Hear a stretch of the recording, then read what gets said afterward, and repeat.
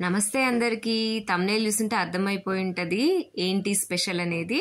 So దానికోసం night నానబెట్టానమాట పెసర్లు, ఒక స్పూన్ బియ్యంతో పాటు కొంచెం మొలకలు కూడా వచ్చేసాయి చూడండి.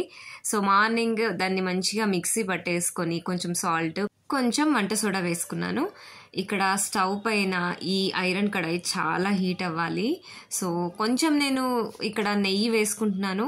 ఇక్కడ మీ ఇష్టం, మీరు ఆయిల్ కూడా యూస్ చేసుకోవచ్చు. కొంచెం నెయ్యి వేసి దానిపైన స్ప్రెడ్ చేస్తున్నాను అనమాట.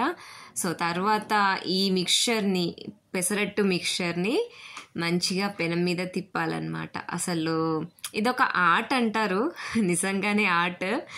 సో మధ్య మధ్యలో అట్లా కాకుండా మంచిగా తిప్పేసి, సో ఇక్కడ మీరు స్టఫింగ్కి ఏదైనా యూస్ చేసుకోవచ్చు. జనరల్గా పెసరట్టు ఉప్మా చేసుకుంటారు కదా, అండ్ కొంతమంది ఆనియన్స్ వేసుకుంటారు. ఇక్కడ నేను ఏం చేస్తున్నానంటే, ఫస్ట్ కొంచెం కాలిన తర్వాత, గుర్తుంచుకోండి, కాలిన తర్వాతనే చీజ్ స్ప్రెడ్ చేయాలి. యాక్చువల్గా తురమండి, దీనికంటే ఇలా నేను నా దగ్గర స్ప్రెడ్ చేసుకునేది ఉంది కాబట్టి నేను స్ప్రెడ్ చేశాను అనమాట.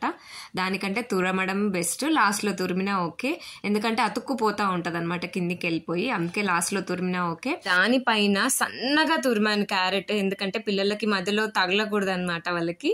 సో అందుకే. అండ్ స్వీట్ కార్న్ అయితే వాళ్ళు మంచిగా తింటారు కాబట్టి అది అలా వేసాను. పిల్లలు కాబట్టి కొంచెం తక్కువ వేసాను.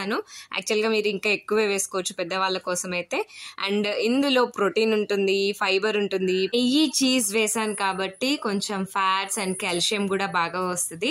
అండ్ దీన్ని మీరు పల్లి చట్నీతో సర్వ్ చేసుకుంటే మంచి ప్రోటీన్ వస్తుంది. కొబ్బరి చట్నీతో సర్వ్ చేసుకుంటే ఇంకా ఫైబర్ వచ్చేస్తుంది. అండ్ ఇంకా కలర్ఫుల్గా ప్లేట్ ఉండడం కోసం నేను ఇక్కడ వాటర్ మిలన్ని కట్ చేశాను అనమాట.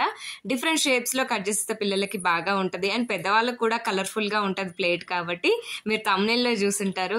అలా డెకరేట్ చేసుకొని తినాలి, బ్యాలెన్స్డ్గా తినాలి. If you like this video, please like, share and subscribe.